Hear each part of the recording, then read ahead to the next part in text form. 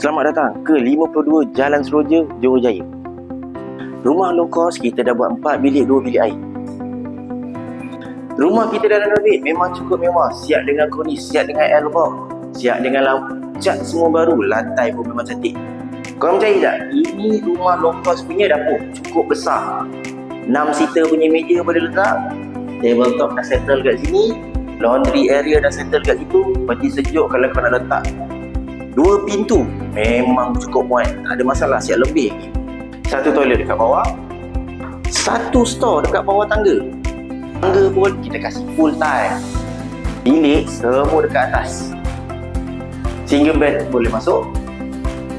Nak buat bilik solat ataupun nak buat living room memang cantik. Nak buat tempat permainan pun boleh. Depan tangga ada 1 toilet. Walaupun bilik ni saiz sederhana, tapi tetap ada tingkap. Cakap pasal tingkap, master bedroom ni, tengok tingkap dia, kedabak punya besar. Master bedroom dah besar, king size boleh masuk, wardrobe boleh masuk, apa benda pun kau nak buat masuk dalam ni, boleh bawa masuk. Kalau bawa bakal mertua datang rumah ni, confirm, chop, lulus, A++. Korang yang baru nak kahwin, rumah ni cukup sesuai, cukup mewah, walaupun rumah low cost, rasa macam premium punya housing. Link kat bio, jangan lupa halo-halo.